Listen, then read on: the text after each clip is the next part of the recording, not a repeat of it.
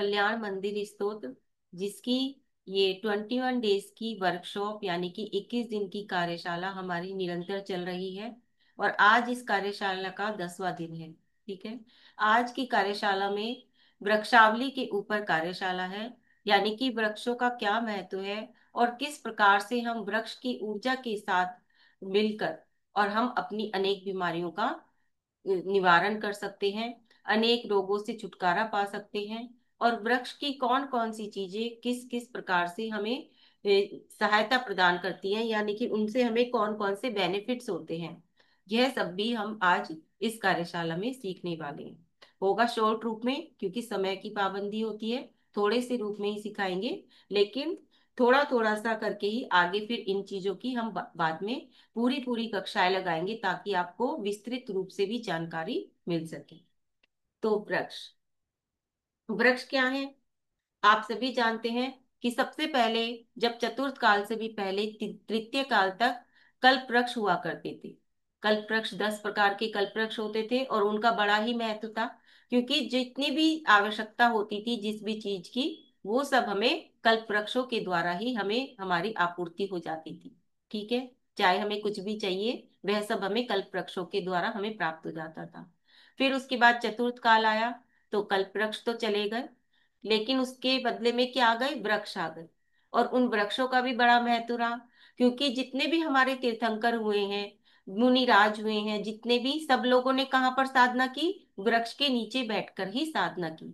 उनकी केवल ज्ञान स्थली भी वृक्ष ही बने, क्योंकि हमेशा कहाँ पर केवल ज्ञान की प्राप्ति हुई? तो वृक्ष के नीचे बैठकर ही केवल ज्ञान की प्राप्ति हुई। तो वो वृक्ष क्या हो गए? उनके वो साधना वृक्ष हो गए, यानी कि साधना स्थली हो गई। जैसे हम आज के समय भी पंचम काल में भी कहते हैं कि ये इन मुनिराज की साधना स्थली थी, तो ऐसे ही वे वृक्ष क्या हो गए? तो वे सारे के सारे वृक्ष उनकी तीर्थंकरों की साधना स्थली हो गई। इसीलिए 24 तीर्थंकरों के केवल ज्ञान के वृक्ष अलग अलग आए हैं। आप सभी जानते हैं, जब उनका वर्णन पढ़ते हैं, 24सी पुराण पढ़ते हैं, उसमें आपको उनके जो हर तीर्थंकर के अलग अलग उनकी केवल ज्ञान प्राप्ति के उनके दीक्षा वृक्ष भी हैं, है ना, हर चीज के उनके वृक्ष के नाम उसमें आए हैं। तो यानी कि वृक्षों का बहुत महत्व। फिर उसके बाद अब ये पंचम काल आ गया। तीर्थंकर भी नहीं रहे, लेकिन उनके प्रतिरूप, उनके बिंब के रूप में, उनकी शक्ति के रूप में, क्योंकि कहते हैं जहां पर साधना की जाती है तो वह चीज अपने आप ही अपने आप पुण्य की चीज हो जाती है। जैसे शिखर जी, वहां पर भी अनंतानंद मुनिराजों ने साधना की है, तो इसलिए वहां का जो कण कण है वो कैसा है? वह कण कण पवित्र है।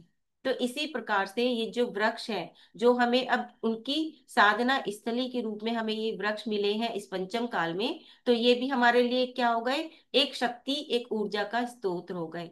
और देखिए, जितने भी हम लोग आज जो जीवन है, वह किस पे? वृक्षों के, क्योंकि वृक्ष हमें क्या देते हैं? ऑक्सीजन देते हैं, वातावरण का शुद्धिकरण करते हैं। तो इसलिए वृक्ष एक जीवन दाता हो गए, जीवन देने वाले हो गए। ठीक है। और वृक्षों का वैसे और भी बहुत ज्यादा महत्व होता है, लेकिन अब हम, क्योंकि हमें क्या करना है, शॉर्ट रूप में हमें यहाँ पर कल्याण मंदिर स्तोत्र को किस प्रकार से हम कल्याण मंदिर स्तोत्र के श्लोकों को और ज्यादा ऊर्जावान बना सकते हैं, और ज्यादा उनसे बेनिफिट ले सकते हैं। तो ये चीजें, साधना तो हम करते ही हैं, हर तरह से करनी ही है हमें कल्याण मंदिर स्तोत्र की साधना। लेकिन अगर हम वृक्षों के साथ इनकी साधना करते हैं, तो वो हमें कौन सा फल देते हैं, ये सब आज हम आपको बताएंगे। समूशरण होता है, वहां पर भी वृक्ष होते हैं, है ना, वहां पर भी अशोक वृक्ष होता है। जो तीर्थंकर होते हैं, उनके अष्ट प्रातिहार्य में जो सबसे पहला प्रातिहार्य है, वो अशोक वृक्ष ही होता है। ठीक है। तो यानी कि देखिए कितना अशोक वृक्ष का महत्व है। तो अब उनकी जो अशोक वृक्ष है वह क्या है? वह शोक रहित कर देता है। अशोक वृक्ष मतलब हर प्रकार के दुख को दूर कर देता है अशोक वृक्ष, ऐसे उसका अर्थ होता है कि शोक रहित। जो सीता जी थी, वह भी कितने महीने, 6 महीने कहाँ पर रही थी? अशोक वृक्ष के नीचे ही रही थी। और इसीलिए उस अशोक वृक्ष के नीचे रहते हुए उन्होंने जो साधना की थी, उसी से ही उनको फिर फल की भी प्राप्ति हुई थी, और वह वहां पर शोक रहित होकर आराम से रह भी पाई थी। तो उनके जितने भी दुख हैं, वह भी किसने हरे थे? उस अशोक वृक्ष ने ही हरे थे। ठीक है। तो इस प्रकार से अशोक वृक्ष का भी बहुत महत्व है। आज हम अशोक वृक्ष के साथ साथ और भी बहुत सारे वृक्ष, क्योंकि जरूरी नहीं है कि हमें अशोक वृक्ष मिल ही जाए, है ना। कोई गांव में रहता है, कोई शहर में रहता है। जो गांव में रहते हैं उनके लिए तो बहुत आसानी से वृक्ष अवेलेबल है, लेकिन जो शहर में रहते हैं लोग, उनके लिए वृक्ष थोड़े मिलने मुश्किल है। ठीक है।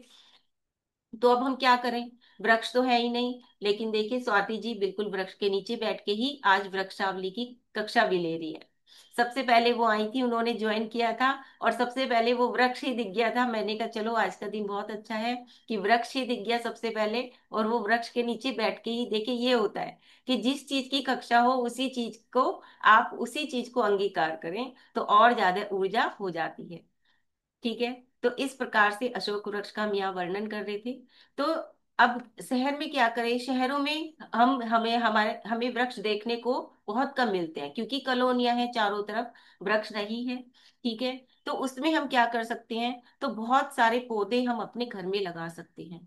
और पौधे लगाकर फिर हम जो तरीका बता रहे हैं उस तरीके से हम वहां पर बैठ के जब काव्यों का उच्चारण करेंगे, तो एक तरह से वो भी हमें क्या हो जाएंगी, उस ऊर्जा को की हमें प्राप्ति हो जाएगी। ठीक है।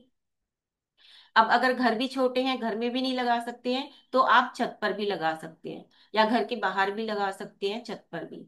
तो इस तरह से हम बहुत सारे वृक्षों को, फूल वाले पौधों को घर में लगाकर, और उसके साथ जब हम ये साधना करेंगे तो वो भी हमें मतलब कुछ ना कुछ बेनिफिट तो देकर ही जाएगी। साथ ही हम क्या कर सकते हैं इसमें, कि हम उस जो वृक्ष की साधना हम करने जा रहे हैं, या फिर कोई भी वृक्ष, हम अगर किसी भी धर्म तीर्थ स्थल पर जाते हैं तो वहां पर भी हम वृक्षारोपण कर सकते हैं। और फिर उस वृक्ष की कल्पना घर पे करके बैठकर मेडिटेशन में, तो उसके द्वारा भी हम उस ऊर्जा को प्राप्त कर सकते हैं। ठीक है, यानी कि मेडिटेशन के माध्यम से। और क्या कर सकते हैं, तो हम जो है वृक्ष को पानी देकर, उनकी रक्षा करके, इस प्रकार से भी हम उस ऊर्जा से जुड़ सकते हैं। यानी कि प्रकृति के साथ जुड़कर, प्रकृति की रक्षा करके भी हम उस ऊर्जा के साथ कार्य कर सकते हैं। ठीक है। तो अब हमें क्या करना है, तो सबसे पहले, क्योंकि इसमें जो कल्याण मंदिर स्तोत्र है, इसमें जो 19 नंबर का काव्य है, वो अशोक वृक्ष का, यानी कि पहले प्रातिहार्य का अशोक वृक्ष का जिसके अंदर वर्णन है, तो 19 नंबर का वो हमारा काव्य है। अब हमें क्या करना है, तो अब हमें जो भी हमने घर में पेड़ पौधे लगाए हैं उसके पास हमें बैठ जाना है। ठीक है। हाथ फैलाकर सबसे पहले हमें आवाहन करना है, प्रभु का, पार्श्वनाथ भगवान का आवाहन करना है। फिर उसके बाद हमें 19वें काव्य का, यानी कि अशोक वृक्ष, इस प्रकार से हमें क्या कहते हैं, विजुअलाइज करना है कि वह पार्श्वनाथ भगवान समूह शरण में अशोक वृक्ष के नीचे विराजमान है। इस प्रकार से इस प्रतिरूप को हमें क्या करना है, विजुअलाइज करना है कि अशोक वृक्ष है समूह शरण में, और उसके नीचे पार्श्वनाथ भगवान विराजमान है। इस प्रकार से फिर हमें क्या करना है, उनका आवाहन करना है, वृक्ष के साथ पार्श्वनाथ भगवान का आवाहन करना है। फिर हमें उस दिव्य शक्ति का, यानी कि पार्श्वनाथ भगवान का आवाहन करके, एक कलश में या लोटे में, किसी भी चीज में आपको जल भर के रखना है। और उसको आपको कहाँ पर, जो भी आपके पास पेड़ पौधा है, अगर आप पार्क वगैरह में हैं तो जमीन में पानी दीजिए, अगर आप पार्क वगैरह में। ठीक है। अगर आप घर में ही हैं और वहां पर गमले हैं, तो आप गमले में उस कलश का पानी डाल देंगे। कौन से काव्य को पढ़ते हुए, 19वें नंबर के काव्य को पढ़ते हुए। ठीक है। इस प्रकार से आपको ये करना है। उसके बाद आपको बैठ जाना है। अगर आप बाहर हैं तो जमीन में बैठ जाइए, जैसे कि आप पार्क वगैरह में हैं, खुले स्थान में हैं, वृक्ष के नीचे हैं, तो वहां आपको आराम से बैठ जाना है। ठीक है। और अगर आप घर में हैं तो क्या कहते हैं, खुली जगह में बैठिए, मतलब कमरे में मत कीजिए ये चीजें। बाहर कहीं भी, अगर घर में भी हैं तो बालकनी वगैरह में कर लीजिए, छत पर कर लीजिए, तो ऐसे खुली जगह में कीजिए। ठीक है। घर पर कमरों के अंदर नहीं होगा ये। तो इस तरह से आप अगर घर में भी हैं तो आप कहाँ कर लीजिए, बालकनी में बैठ जाइए, और वहां वृक्ष के पास आपके, मतलब जो छोटे छोटे आपने पौधे लगाए हैं उनके पास आपको बैठ जाना है। ठीक है। तो इस प्रकार से सबसे पहले पूरे भक्ति भाव से आपको 19वें नंबर के काव्य का आपको पाठ करना है। ठीक है। और फिर उसके बाद आपको उस ऊर्जा से जुड़कर वहां पर एक मेडिटेशन करना है, छोटा सा मेडिटेशन करते जाइए। और उसमें जो भी आपका, अब वो काव्य लीजिए जिससे संबंधित आपको परेशानी है। ठीक है, उससे संबंधित आप काव्य लीजिए और फिर उस काव्य का आप निरंतर वहां पर पाठ कीजिए। 23 बार भी कर सकते हैं, या फिर हर काव्य के आगे जितनी बार उसका पाठ करने के लिए लिखा हुआ है किताब में, आप उसको उतनी बार भी पढ़ सकते हैं। नहीं, कम से कम उस काव्य को आप 23 बार पढ़िए पूरे भक्ति भाव के साथ, जैसे कि आप एक अशोक वृक्ष के नीचे ही बैठे हुए हैं और सामने आपके पार्श्वनाथ भगवान विराजमान है। इस प्रकार से पूरी ऊर्जा के साथ आप क्या करेंगे, उस काव्य का पाठ करेंगे। फिर उसके बाद रिद्धि और मंत्र। अगर मान लीजिए आप 23 बार आप काव्य का पाठ कर रहे हैं, तो 23 बार ही आप रिद्धि पढ़ लीजिए और 23 बार ही आप मंत्र पढ़ लीजिए। ठीक है, मैं ये नहीं कह रही हूँ कि आप पूरी पूरी जाप कीजिए। सिर्फ आपको 15 से 20 मिनट ये कार्य करना है बैठकर। आधा घंटा भी कर सकते हैं और 45 मिनट भी कर सकते हैं, जितनी आपकी मतलब आप आराम से कर पा रहे हैं, आप नीचे बैठ पा रहे हैं। ठीक है, उतनी देर आप ये कीजिए, तो आप खुद ही महसूस करेंगे कि आपके आसपास के, क्योंकि उनमें एक प्राण होते हैं, जो वृक्ष होते हैं उनमें भी एक प्राण होते हैं, तो वह उनकी ऊर्जा आपके पास आ रही है। साथ ही ब्रह्म मुहूर्त में सुबह उठ के करेंगे तो ताजी ताजी हवा भी आपके पास आ रही है।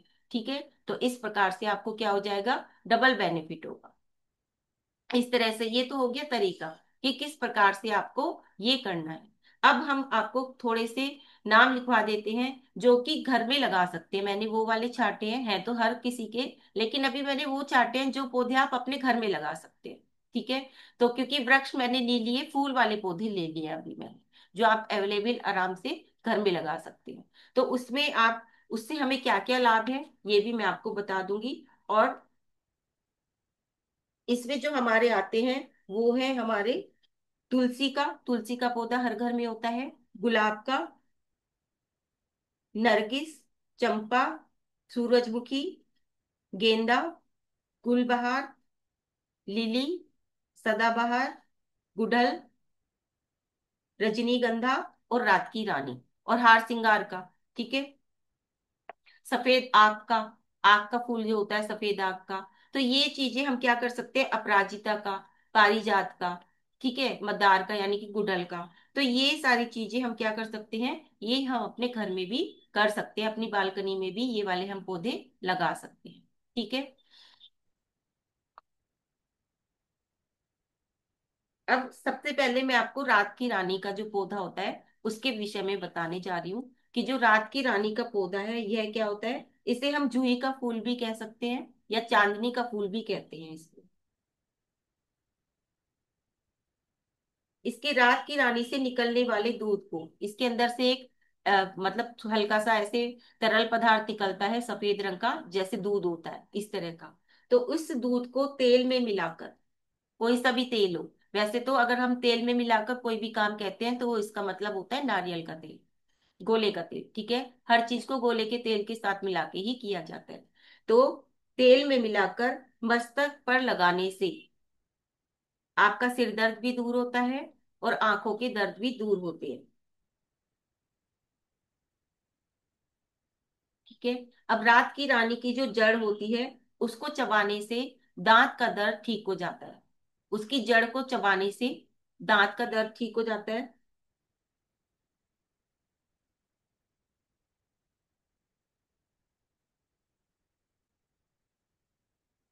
और उसकी जो छाल होती है, मतलब एक तरह से अगर ये वृक्ष है तो उसकी अगर ये छाल है तने की, उसको पेस्ट बनाकर खाने से पेट के कीड़े मर जाते हैं।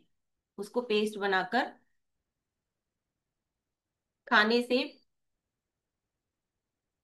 पेट के कीड़े मर जाते हैं या शांत हो जाते हैं पेट के कीड़े।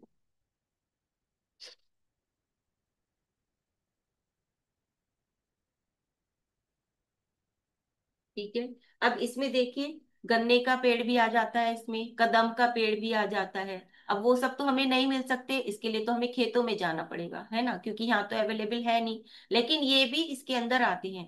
गन्ने का पेड़ हो गया, जैसे कदम का, मान लीजिए आप कभी कहीं घूमने जा रहे हैं, कहीं आपको इस तरह से मिल जाए कुछ भी, तो आप 5 मिनट बैठ के उस ऊर्जा के साथ जुड़ने का प्रयास जरूर कीजिएगा।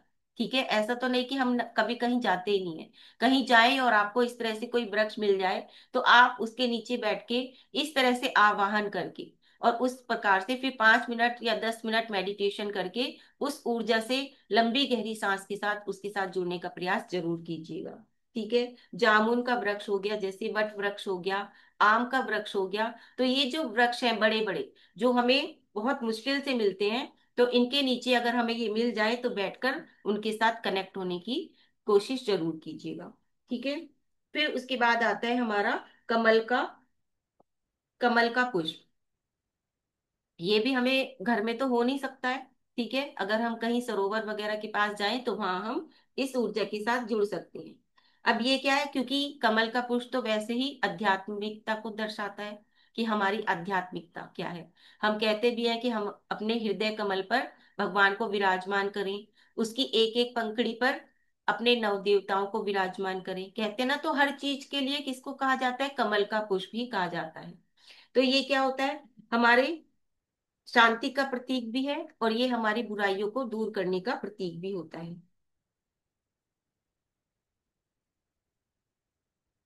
इससे हमें आयरन, इसके जो पुष्प होते हैं, इसकी जो बीज होते हैं और इसकी जो जड़ होती है, ये हमें क्या क्या देते हैं, आयरन देते हैं, कैल्शियम देते हैं, फास्फोरस देते हैं, विटामिन बी और सी देते हैं।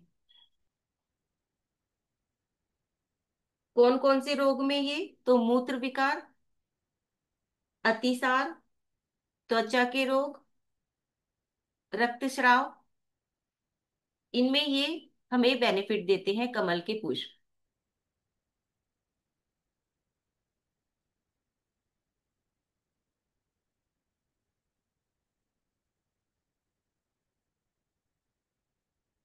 ठीक है। इसी तरह से जो पलाश के फूल होते हैं, पलाश का जो पौधा होता है, वो भी हमें बहुत ज्यादा महत्व देता है। और उसके बाद अनार का, जहां पर अनार लगते हैं, अनार भी क्योंकि भारी लगेंगे वृक्ष पर। और उसके बाद जो केले के वृक्ष होते हैं, तो ये सब चीजें भी हमें बहुत ज्यादा महत्व देती हैं। उसके बाद मैं बता रही हूँ आपको, शमी, शमी का पौधा, ये आप लोगों ने बहुत नाम भी सुना होगा कि शमी का पौधा लगाइए, तो वो शनि ग्रह को भी हमारे ठीक करता है। तो शमी का पौधा क्या क्या करता है।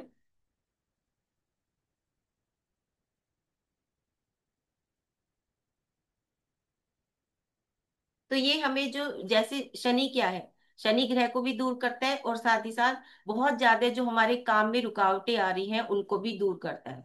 यानी कि हमें हमारे पुरुषार्थ, पुरुषार्थ यानी कि हमारे पुरुषार्थ जो है उसको बढ़ाता है, हमारे काम करने की शक्ति को बढ़ाता है। और जितनी भी विघ्न बाधाएं, हमारे रुकावटें जो आ रही हैं हमारे कार्य में, तो उनको भी दूर करता है जब हम इस पौधे को लगाते हैं, शमी के पौधे को। और इसकी क्या करते हैं, हम इसके नीचे बैठ के या इसके पास बैठ के जब हम मंत्रों का जाप करते हैं, तो उससे क्या हो जाता है, हमारी जितनी भी बाधाएं आ रही हैं, रुकावटें आ रही हैं हमारे काम में, वो सारी की सारी हमारी दूर हो जाती है।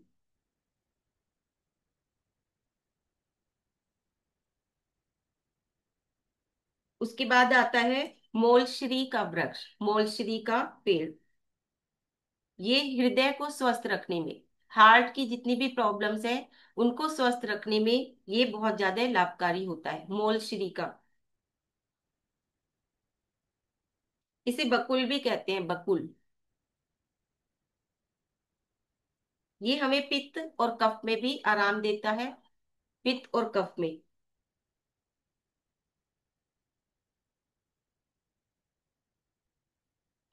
इसके जो फल और छाल होते हैं, वो रक्त विकार, बुखार, विष, किसी भी प्रकार का हमारी बॉडी में अगर विष है, या कुष्ठ रोग, इन सबको कम करने में ये सहायक होते हैं। कुष्ठ रोग हो गया, विष हो गया किसी भी प्रकार का शरीर में, बुखार हो गया, फीवर, और रक्त विकार, इन सबको दूर करने में ये सहायता देते हैं। और साथ ही साथ दांतों के लिए भी विशेष लाभकारी होते हैं। इसकी छाल से दातुन करने से दांत हमारे बहुत सारे रोगों से छुटकारा पाते हैं।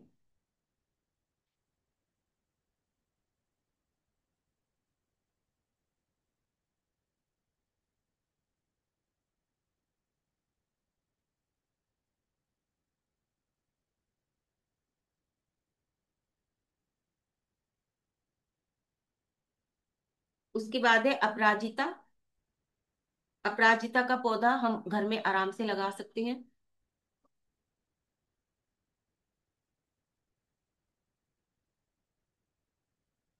इसमें नीले और सफेद रंग के पुष्प आते हैं जो कि बहुत गुणकारी हैं। अपराजिता की जड़ को जौ का चूर्ण मिलाकर घोट ले। जौ आती है, जौ को पीस ले, उसका बारीक चूर्ण कर ले और अपराजिता की जड़ ले ले। फिर इन्हें सुखाकर अंजन यानी कि काजल की तरह बना ले। ठीक है। और उसे फिर जब हम आंखों में लगाते हैं तो उससे क्या होते हैं, हमारे आंखों के रोग दूर हो जाते हैं।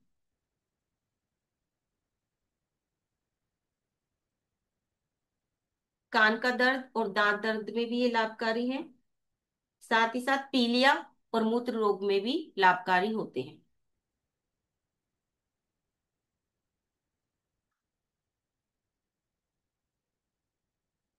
अपराजिता की जड़ का हमने पहले भी बताया है एक बार कि किस प्रकार से अपराजिता की जड़ बहुत ज्यादा काम करती है। किताब में भी इसका वर्णन है अपराजिता की जड़ का।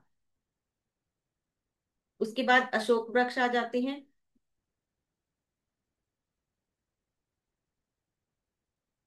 अशोक वृक्ष तो अपने आप में ही पूरी तरह से सकारात्मक ऊर्जा हमें प्रदान करते हैं। लेकिन क्योंकि अशोक वृक्ष घर में तो होता नहीं है, अशोक वृक्ष के नीचे बैठ के मेडिटेशन करने से पूरी की पूरी सकारात्मक ऊर्जा हमारे अंदर आती है और हमारी जितनी भी निगेटिविटी है वो हमसे दूर हो जाती है। इसलिए अधिकतर मंदिर वगैरह में जहाँ पर बड़े बड़े मंदिर हैं वहां पर आपको अशोक के वृक्ष जरूर मिल जाएंगे।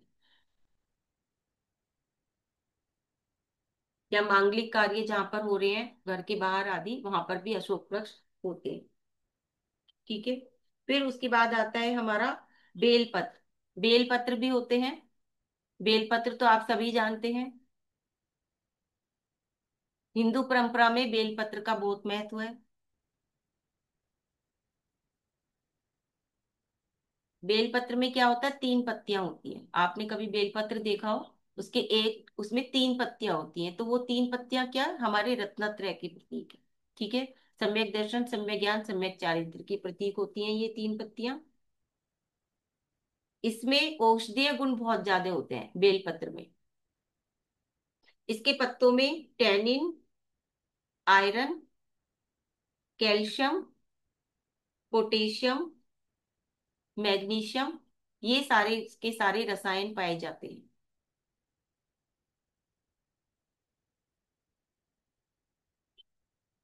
इसके पत्ते आंखों की रोशनी बढ़ाने, पेट के कीड़े मारने और कैंसर की रोकथाम करने में भी लाभकारी होते हैं।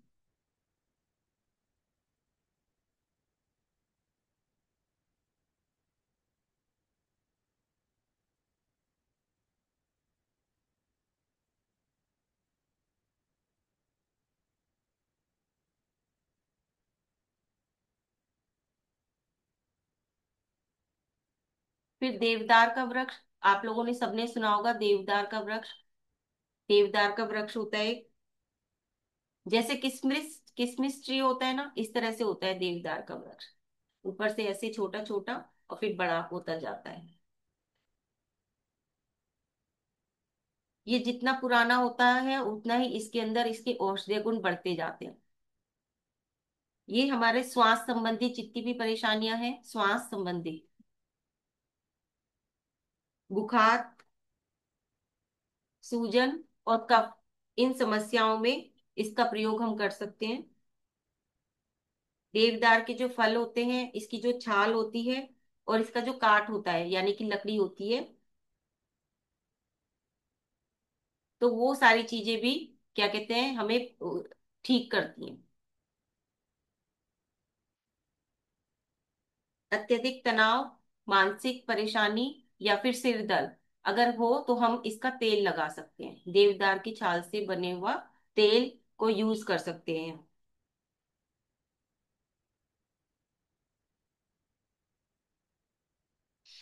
ठीक है। उसके बाद आता है पारिजात यानी कि हार श्रृंगार का। ये तो आसानी से घर में लग जाता है, मिल भी जाता है सबकी। ठीक है। इसका उपयोग जो करते हैं वो भूख बढ़ाने में करते हैं और पाचन संबंधित जितनी भी विकार हैं उन्हें दूर करने के लिए करते हैं, पाचन संबंधी।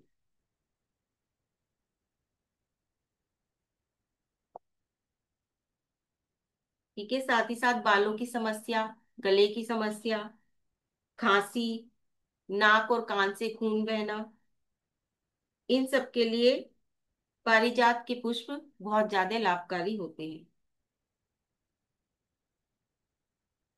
पारिजात के पत्ते, जड़ और फूल से बना काढ़ा बना लीजिए। किस किस से? इसके पत्ते, जड़ और फूल, तीनों का काढ़ा बना लीजिए। और इस काढ़े को पीने से जिनको बार बार पेशाब आने की दिक्कत है वह दूर हो जाती है। जिन्हें बार बार पेशाब आने की दिक्कत है वह दूर हो जाती है।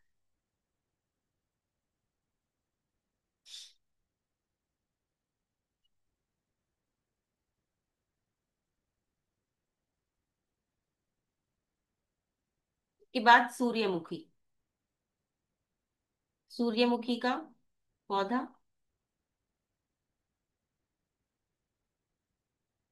इसके जो बीज होते हैं, सूर्यमुखी के बीज, इसके फूल के जो बीज होते हैं, उसमें vitamin B1, B2, B6, magnesium, phosphorus और प्रोटीन, ये सारे के सारे तत्व पाए जाते हैं। और सबसे बड़ी बात यह है कि सूरजमुखी का जो पौधा होता है, वो जितने भी हमारे निर्बल ग्रह हैं, यानी कि नवग्रह होते हैं, तो जो ग्रह हमारा कमजोर होता है तो उसको भी बलवान करता है ये सूरजमुखी का पौधा। तो जितना हम इसको अपने पास रखते हैं और इसके पास बैठ के मेडिटेशन करते हैं, काव्य मंत्र और रिद्धियां पढ़ते हैं, उतना ही उतना हमें बेनिफिट मिलता है। ठीक है। देखिए, सारे जितने भी हम पढ़ते हैं तो उन पढ़ने से हमारी वो चीजें क्या हो जाती हैं, जितने भी पेड़ पौधे हमारे पास होते हैं और जितना हम उनके पास बैठ के विधि और मंत्र पढ़ते हैं, उतना ही उतना वो ग्रोथ करते हैं। और जितने जैसे जैसे पेड़ पौधे ग्रोथ करते हैं वैसे वैसे हमारी भी ग्रोथ होती है। ये चीजें हम किस में सिखाते हैं? रेकी में सिखाते हैं। जब हम रेकी सिखाते हैं तो कहते हैं कि रेकी के पास बैठ के मेडिटेशन करो।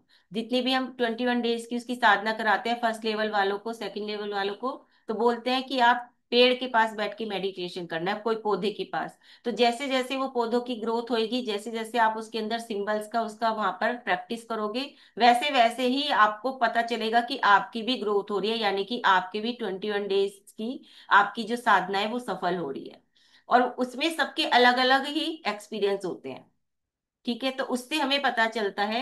ऐसे ही रिद्धि मंत्र है, जब भी हम किसी पेड़ पौधों में जब हम पानी देते हैं, और जब हम भक्तांबर जी करा करते थे, तो उसमें जब हम उसके रिद्धि मंत्रों के साथ उन पेड़ पौधों में पानी दिया करते थे या वहां बैठ के मेडिटेशन किया करते थे, तो उसके अलग ही रिजल्ट्स होते थे। वो इतनी जल्दी ग्रोथ करते थे वो सारे के सारे पेड़ पौधे, कि इनके मतलब जितने लोगों को भी सिखाया है आज तक 3 साल में, सबके अलग अलग एक्सपीरियंस रहे हैं। मेरे खुद के ही बहुत सारे एक्सपीरियंस एक्सपीरियंस रहे हैं इसमें, कि ये पेड़ पौधे इतनी जल्दी हमें रिजल्ट्स देते हैं, इतनी जल्दी हमें पता चलती है कि हमारी ग्रोथ क्या हो रही है।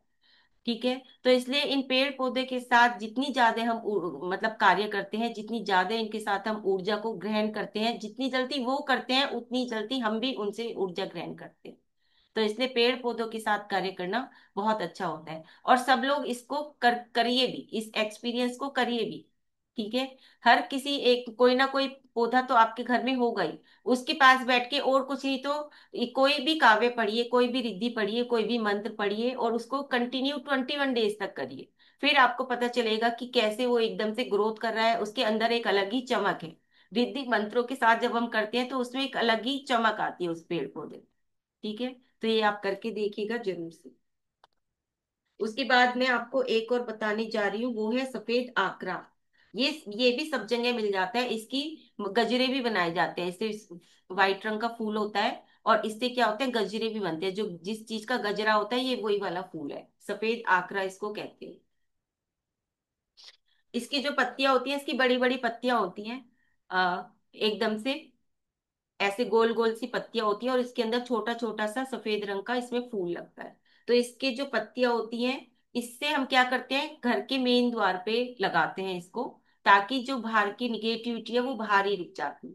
जैसे कहते हैं ना, आम के पेड़ की पत्तियां लगा लो, उससे भी निगेटिविटी बाहर रुक जाती है। लेकिन ये सफेद आकरा की जो पत्तियां होती हैं, इनकी बंदरबार की तरह इन्हें अगर हम बाहर लगा लेते हैं, तो इससे जो निगेटिव नकारात्मक ऊर्जा है वो बाहर की बाहर ही रुक जाती है, और उस घर और परिवार के सदस्यों को नजर नहीं लगती। ठीक है, मतलब वही एक तरीके से वही कहने का मतलब है मेरा, कि बाहर की नकारात्मक ऊर्जा बाहर ही चली जाती है। साथ ही जोड़ों की जो समस्याएं होती हैं, जहां पर यानी कि दर्द होता है, जोड़ों में दर्द, इस तरह से जो भी समस्याएं हैं, तो वहां पर हम आग के पत्ते को बांध ले, तो वो हमारा ठीक हो जाता है, जोड़ों का दर्द।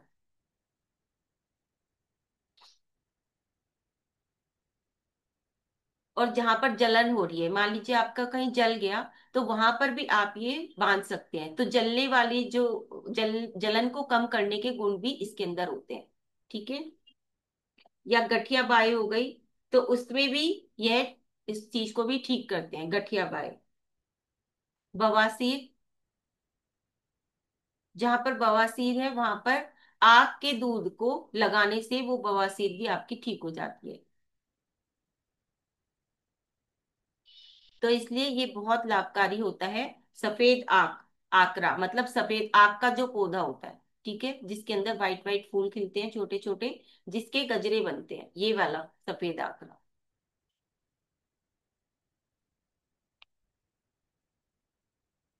और तो नीम का पेड़ हो गया, पीपल का पेड़ हो गया, चीड़ का हो गया, आंवले का हो गया। तो ये सारे पेड़ भी हमें क्या करते हैं, हमें ये सारे पेड़ भी हमें कुछ ना कुछ अनेक औषधियों से भरे हुए हैं, और ये भी हमें कोई ना कोई बेनिफिट देते हैं। उसके बाद में आखिरी आपको बताने जा रही हूँ गुलाब का और गेंदे का, क्योंकि ये तो दोनों ऐसे हैं कि ये तो हर घर में मिलते ही हैं। गुलाब का पेड़ भी पौधा भी मिलता है, और गेंदे का पौधा भी मिलता है। ये क्या है, इससे गुलाब का पेड़, क्योंकि प्रेम का प्रतीक है गुलाब का फूल, तो ये इससे क्या है, घर में प्रेम बना रहता है गुलाब के। और जो सफेद रंग का अगर हम गुलाब लगाते हैं, तो वो हमें शांति देता है, शांति का प्रतीक है सफेद रंग का। ये हमारे वात और पित्त को कम करता है, गुलाब के फूल हमें वात और पित्त को कम करते हैं, हृदय संबंधी बीमारी को दूर करते हैं,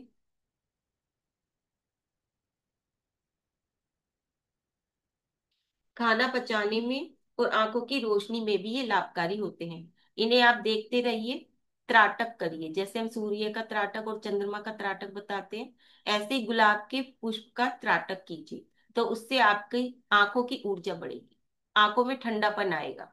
अगर आंखों में जलन है, तो आप ये कर सकते हैं।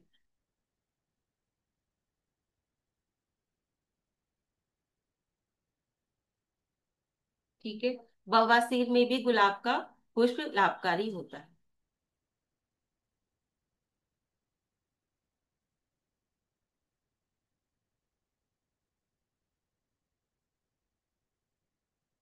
ठीक है। तो इस प्रकार से यहाँ पर मैंने कुछ पेड़ पौधों के विषय में बताया, जिनसे कि हम काफी सारे लाभ ले सकते हैं। बस करना हमें कैसे है, वो मैंने आपको सबसे शुरू में बताया है, कि किस प्रकार से हम इनसे, इनके द्वारा हम ऊर्जा को ग्रहण कर सकते हैं। ठीक है। कल्याण मंदिर स्तोत्र की काव्य पढ़िए इनके पास बैठकर, और जो भी संबंधित रोग है वही वाला काव्य पढ़िए। ठीक है। और 23 बार कम से कम पढ़िए, 23 बार ही उसी काव्य की रिद्धि, और 23 बार ही। गेंदा और गुलाब का एक ही मतलब है, मतलब इसमें दोनों, ठीक है, चाहे गुलाब का फूल हो चाहे गेंदा का हो, दोनों का एक ही है। पास में रखेंगे। गेंदा से क्या है, आपका गुरु ग्रह भी अच्छा मजबूत होता है हमेशा। गेंदा से गुरु ग्रह को मजबूत करने के लिए भी हम गेंदा बताते हैं, पीले रंग का गेंदा। वो अगर आप पास में रखते हैं, तो उससे आपके गुरु ग्रह से संबंधित जितनी भी परेशानियां, मतलब पेट की परेशानियां, वह भी आपकी इससे ठीक हो जाएंगी। ये वात पित्त आपके पेट की परेशानियां, तो वो इसी में आ गया गेंदा में। ठीक है। और हृदय से संबंधित जितनी भी आ गई, वो गुलाब से आ गई। और बवासीर भी आपकी गुलाब से आ गई। ठीक है। तो इस प्रकार से सबसे पहला जो काम है वो है कनेक्शन का।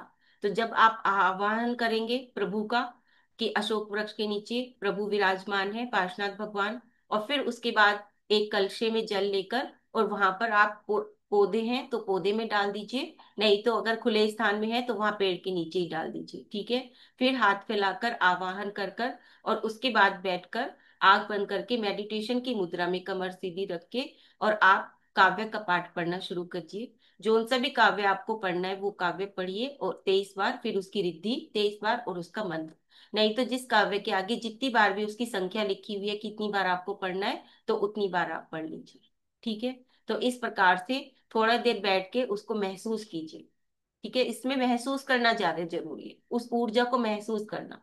जितना आप महसूस करेंगे, फील करेंगे, उतनी ही उस चीज वो चीज की ऊर्जा आपके पास जाएगी, ठीक है। तो बस सिंपल सा ये करना है। तो इस प्रकार से हम कल्याण मंदिर स्तोत्र की ऊर्जा के साथ और पार्श्वनाथ भगवान की ऊर्जा के साथ और वृक्षों की ऊर्जा के साथ हम बहुत सारे बेनिफिट्स कर सकते हैं, बहुत सारे रोगों को हम दूर कर सकते हैं, ठीक है।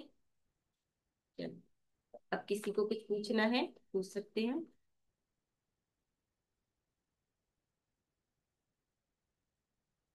हाँ अर्चना जी। हाँ, जय जिनेन्द्र। जय जिनेन्द्र। आपकी किताब मिल गई हमको, आज मिल गई है, बहुत बढ़िया धन्यवाद किताब। जी। इसमें ये पूछना था, चंदन वगैरह का जो लिखा हुआ है कि तकलीफ को चंदन खाया जाता है क्या, माथे नहीं, में खाली वो? चंदन तो लगाया ही जाता है ना, चंदन का नहीं, टीका। कुछ चीजों में दिया है कि उससे बीमारियां दूर होती हैं, तो हमने कहा फिर खाली लगाने का कि उसको लेके जरा सा चाटने का भी चंदन का नहीं नहीं? नहीं, चंदन तो लगाया ही जाएगा। जैसे अच्छा कहीं जल अच्छा। गया उसके ऊपर चंदन लगा दो कपूर मिला के, चंदन का टीका लगा दो, ठीक है ना।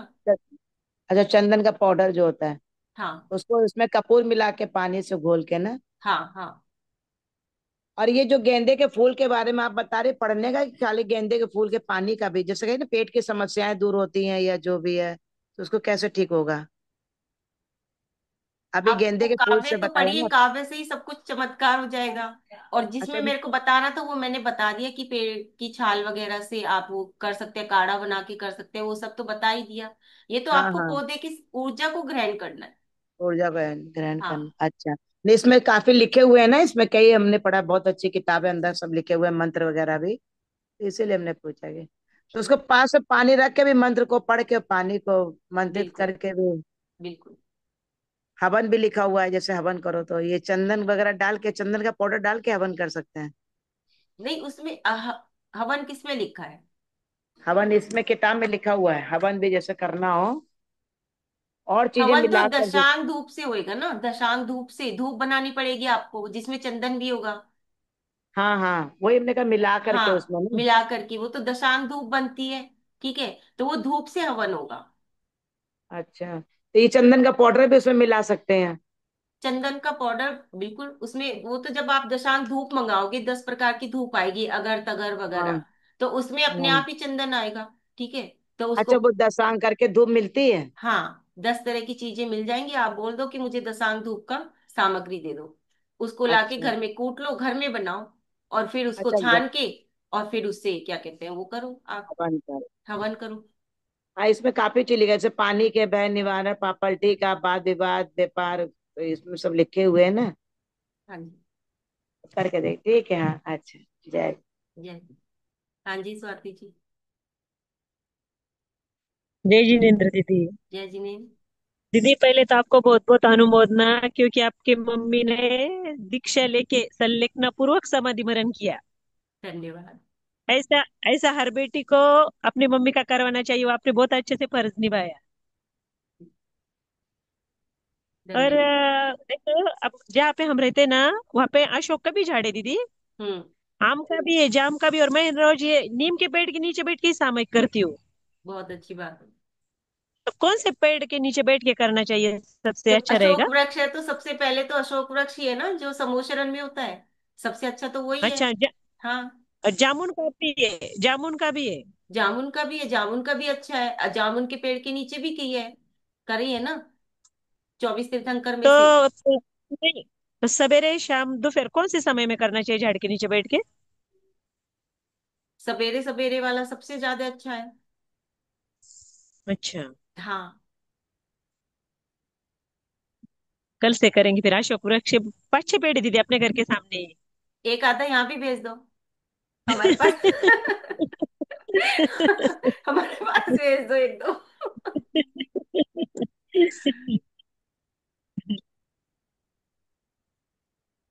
मैं तो सामायिक कर रही थी, नहीं तो आपको बताने वाली थी दीदी देख अशोक के पेड़ के नीचे ही मैं। और कौन सा काव्य पढ़ना है? कल्याण मंदिर स्तोत्र का अशोक के झाड़ के नीचे। कोई भी पढ़ लो, आप तो वैसे ही इतने सारे इतने करते हो, कुछ भी पढ़ लो, अगर आपको जरूरत है तो पढ़ लो, नहीं कुछ भी पढ़ लो। सामायिक ही कर रहे हो, वही इतनी अच्छी बात है आपकी तो। सारी अच्छा, चीजें कर रहे हो आप तो, ध्यान ही लगा रहे हो, सामायिक कर रहे हो। सब कुछ आपका इतना अच्छा हो रहा है, काव्य पढ़ने की आवश्यकता ही नहीं है। ठीक है दीदी, धन्यवाद दीदी। मधु जी। जय जिनेन्द्र, जय जिनेन्द्र। जय जिनी। बहुत बहुत बहुत अच्छी जानकारी। उसके लिए बहुत बहुत बहुत बहुत धन्यवाद, बहुत अनुमोदना।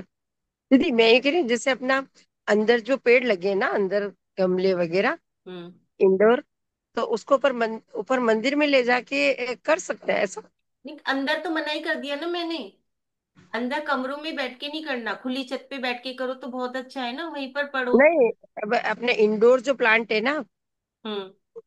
मैं इंडोर प्लांट के साथ जैसे ही हूँ सोच रही हूँ, बाहर तो गार्डन है बहुत बड़ा। आज हाँ तो आपका गार्डन में तो है। बैठ के, हाँ तो आज ठीक क्लास है। गार्डन में बैठ के अटेंड अच्छी करेंगे। बात है ना, सब वृक्ष का था तो सब वृक्ष के नीचे आसपास मैं बैठ कहा, के ही उन आज एनर्जी के आपने साथ जुड़ के ही काम कर रहे हैं, बहुत अच्छी बात है। आज खुले में, तो खुले में ही रहो। बहुत अच्छे। हम्म। तो मतलब मैं जैसे वो 3 4 पौधे ऐसे, उनकी ग्रोथ भी थोड़ी कम हो पा रही है। मैं कहा उनके साथ जैसे सोच रही हूँ कि क्या करूँ। हाँ तो ग्रोथ कम हो रही है तो अपने पास रख लो, जहां आप ज्यादा पूजा पाठ करते हो वहां रख लो, नहीं तो उनको सुनाते रहो ना। कुछ भी अशोक वृक्ष वाला जैसे 19 नंबर का काव्य है, तो वो सुनाते रहो हम्म। उनको। वो आप सुनाओगे उनको, हीलिंग दोगे तो वो अपना ग्रोथ को हो जाएंगे। भक्तांबर जी का क्या कहते हैं, 31 नंबर का है शायद अशोक वृक्ष वाला। उच्चेर चौक 29वां, उच्च 28वां, 29वां, 28वां, 28वां, सॉरी, 28वां, 28वां, 28वां। 28वां।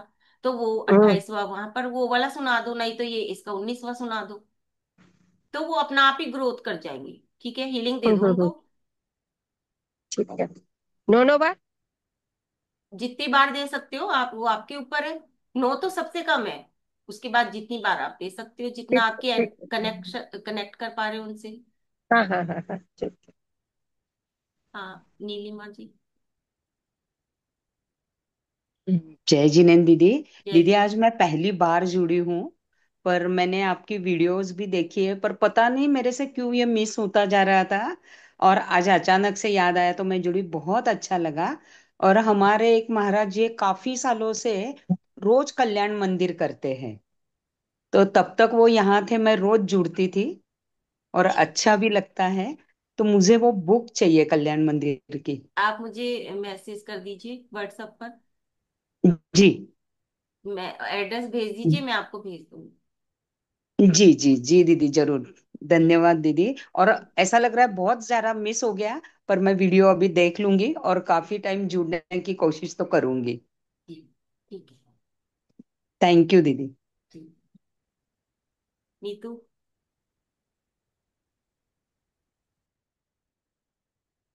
जय जिन दीदी। जय जिने। ये जैसे आप कह रहे थे ना कि पौधों में बहुत फर्क पड़ता है, मेरे पौधे भी बहुत फर्क पड़ा है, बहुत बड़े बड़े हो गए हैं। शम्मी का पौधा नहीं चल रहा था, फिर मैंने उसको हीलिंग दी, फिर वो भी चलने लगा। इतने अच्छे हो गए पौधे, बहुत बढ़िया। और बिल्कुल। एक दीदी मुझे ये पूछना था, गुलाब का फूल जैसे आप प्रेम का प्रतीक बताते हैं, लेकिन कुछ लोग कहते हैं कि लगाना नहीं चाहिए, उसमें कांटे होते हैं। मैं लगा रही थी, मेरे को मना कर दिया। हाँ कुछ लोग कहते हैं कि लगाना नहीं चाहिए, लेकिन देखो गुलाब को तो हमेशा ही प्रेम का प्रतीक ही माना गया है ना। तो जिंदगी भी ऐसे ही है, उसको उसकी सच्चाई देखो ना। ऐसे तो नहीं हो सकता ना कि हमेशा हम पॉजिटिव ही रहे, हमेशा हम क्या कहते हैं हमारी लाइफ में सिर्फ सुख ही सुख हो। दुख भी आएंगे ना। तो अगर सुख है तो दुख भी आएगा, और दुख है तो फिर सुख भी आएगा, तो इस कॉन्सेप्ट को लेके चलोगे तो ये चीज को एक्सेप्ट करना सीखो। नहीं तो क्या है, हम सिर्फ सुख ही सुख देखते रहेंगे कि नहीं बस पौधा पौधा पॉजिटिव पॉजिटिव। और जब निगेटिविटी आएगी, दुख तो आएगा ही, ऐसे तो नहीं है कि नहीं आएगा। तो फिर हम हार मान जाएंगे बहुत जल्दी अपने आप को, है ना। तो इसलिए इस चीज से ये चीज सीखो कि अगर हर तरह का समय आएगा जीवन में। तो व्हाइट और रेड ही लगाना चाहिए गुलाब का, या और भी कलर कुछ भी लगा लगा सकते? लो, वो आपकी पसंद है, आपकी अपनी पसंद होगी, लेकिन व्हाइट होता है शांति का, और लाल तो होता ही है प्रेम का प्रतीक। और दीदी गेंदे में जैसे लगाते हैं तो उसमें चींटियां बहुत आती हैं, मैंने हटा दिया इसीलिए। ये तो मुझे पता नहीं, कोई एक्सपीरियंस नहीं है इसका तो। मेरे तो आती हैं, पता नहीं क्यों, ज्यादा ही हो गई चींटियां। चीटियों वाला वो पढ़ लेना, वो दे देंगे तुम्हें चीटियों वाला। हाँ, मंत्र। चींटियों वाला है ना दीदी, बहुत आ जाती है ना, फिर वो गमले को ना खराब कर देती है, सारे पौधों को हाँ फिर। हाँ, ठीक है, तो वो मत लगाओ जो। ये आप बहुत अच्छा बता रहे हो ये सब, बहुत ही ज्यादा मतलब नॉलेज वाली चीजें हैं। अच्छा। और मैं आप सबको ये भी बता दूं कि जो नीतू है वो कल्याण मंदिर स्तोत्र की वृक्षावली पर ही मतलब शोध कर रही है, इसी पर ही वो अपना काम कर रही है, एक तरह से छोटी मिनी मुद्रा, रूप में मुद्रा पीएचडी कर विज्ञान रही पे है। दीदी। मुद्रा मुद्रा विज्ञान पे, विज्ञान। वृक्षावली पे कहाँ है वो, मीनल है, अच्छा। नॉमिनल है। हाँ, ठीक है। तो इस तरह से कुछ लोग हैं, 8-10 लोग, जो इस पे क्या कहते हैं शोध भी कर रहे हैं, और मुद्रावली पे, इस पे वृक्षावली पे कर रहे हैं, मुद्रा विज्ञान पर कर रहे हैं, और काल सर्प दोष पर भी कर रहे हैं। ठीक है, तो इस तरह से काफी सारी चीजों पर कर रहे हैं। अगर किसी और को भी करना है इस पे शोध, अगर आपको इंटरेस्ट बनता है कि हम इसमें और ज्यादा सीखें और ज्यादा शोध करें, कुछ मेरी गाइडेंस और कुछ आप लोगों की अपनी मेहनत, क्योंकि शोध करने में क्या है, आप लोगों की भी मेहनत हुई। ठीक है, कोई डिग्री नहीं मिलेगी, सिर्फ धर्म के कार्य में कोई डिग्री नहीं होती, सिर्फ ये है कि हाँ गुरुदेव का आशीर्वाद जरूर मिलेगा, आचार्य सौरभ सागर जी का, जो भी यहाँ पर शोध करेंगे। और आपकी अपनी एक तरह से ये होगा कि हाँ आपने भी अपने जैन धर्म के लिए कुछ दिया है। तो अगर कोई करना चाहते हैं तो वो भी मुझे मैसेज कर सकते हैं। ठीक है, सीमा जी, एक दो को और ले लेते हैं क्योंकि काफी समय हो गया। सीमा जी।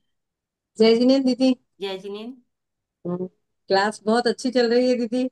धन्यवाद। और मैं ये क्या पूछ रही थी कि एलोवेरा का पौधा लगाना चाहिए या नहीं लगाना चाहिए घर किसका? पे?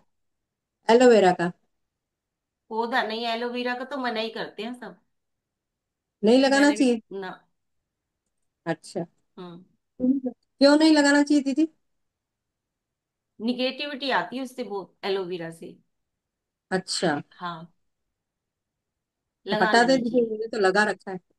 हमने भी लगा रखा था तो हमें भी हटवा दिया था, जो मतलब मेरे सर थे जिनसे मैंने न्यूमरोलॉजी वगैरह सीखी थी, एस्ट्रोलॉजी, तो उन्होंने मुझे वो हटवा दिया था कि बिल्कुल हटा दो इसको तो। अच्छा दीदी, हम्म। दीदी थैंक यू मैंने भी दीदी। हटा दिया। मैंने हम्म। भी हटा दिया, इतने बड़ा बड़ा हो रहा था, बहुत बढ़िया।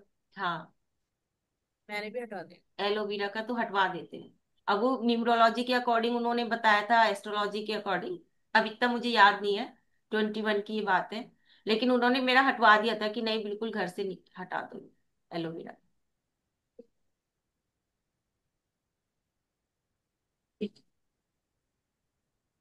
हाँ, अनम्यूट, अनम्यूट करें आप।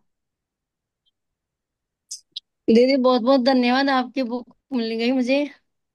Thank you. और दीदी 4-5 किताबें और चाहिए, किसी ने मंगवाई है हाँ तो अलग अलग। ठीक है, आप मुझे मैसेज कर दो तो फिर मैं, मेरे अगर, व्हाट्सएप में मेरा आपके पास एड्रेस है ना मेरा। तो मेरे को आपको नाम ही नहीं पता, आपके इस पे आईफोन विमला, लिखा है, मुझे नाम ही नहीं पता आपका। विमला जैन। बिमला। हाँ, किशनगढ़। अच्छा ठीक है। किशनगढ़ में एक और भेजा है, 3 भेजी थी किशनगढ़ में, 2 पहुंची हैं, एक की पहुंची नहीं है, वो कह रही है हमारी पहुंची नहीं है। किसके? विमला जैन। विमला जैन। ठीक है। थैंक यू दीदी, बहुत बहुत बहुत अच्छा लगा, आज तो मैं लेट हो गई जुड़ने में। बहुत अच्छा लग रहा है मैं तो जब ये से सारी जुड़ी। एक ही जगह भेजनी है या अलग अलग एड्रेस पे भेजनी नहीं है? दीदी, फिर मैं भेज दूंगी। ठीक है। फिर मैं भेज दूंगी, मेरे भैया ने भाभीियों ने कल देखे ना वो, तो वो क्या हमारे भी मंगा देना, मैं कि फिर मैं मंगा के भेज दूंगी। ठीक है। ठीक है। थैंक यू दीदी। Thank you. उषा जी।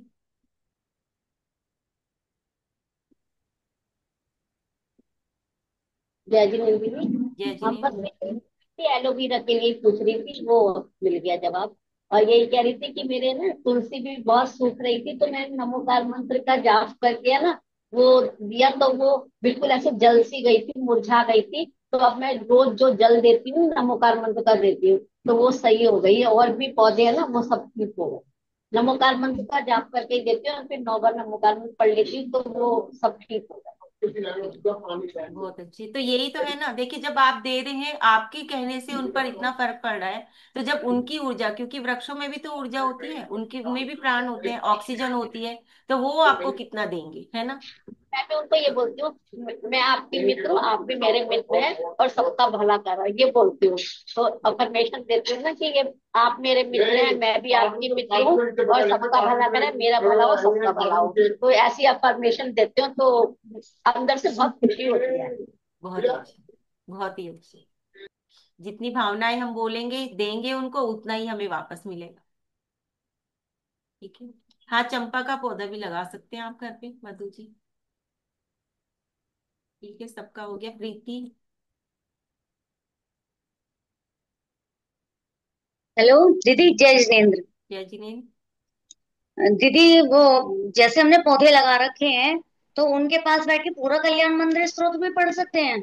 हाँ बिल्कुल पढ़ सकते हैं, आपके पास इतना समय है तो पढ़ लीजिए। अच्छा। और दीदी ये तो मेरे पास भी चींटियां बहुत आ रही हैं, मतलब एक तुलसी का पूरा पौधा खत्म कर दिया चींटियों ने। मतलब उसमें हर टाइम रहती थी, पूरा पौधा सूख गया मेरा। अच्छा। हाँ, मतलब अब दूसरे पौधों में लग रही है चींटियां, बहुत परेशान कर रही है। चींटियों मैंने का कल अशोका भी बता लगा देंगे। रखा है। क्या दीदी? चींटियों के लिए कल बता देंगे। हाँ दीदी ठीक है। और मैंने लगा रखा है घर में अशोक का और तुलसा जी। और दीदी, नींबू का पौधा घर में लगाना चाहिए या नहीं? हाँ, नींबू का तो लगा सकते हैं। मिर्च लगा मना सकते हैं। करते हैं कि मिर्च नहीं लगाओ घर में। हाँ, मैंने नींबू का लगा रखा है। मुझे हाँ। अभी रिसेंटली कोई मना कर रहा था, तो मैंने कहा मैं पता करती हूँ इसका। मैंने आक का भी लगा रखा है, चमेली भी है, और चंपा भी है। और नींबू का मुझे किसी ने मना किया कि नींबू मत लगाओ। हाँ, तो उनसे रीजन तो पूछते ना आप। हेलो। रीजन पूछो ना आप उनसे। उन्होंने मुझे ये बताया कि सांप आते हैं वहां पे।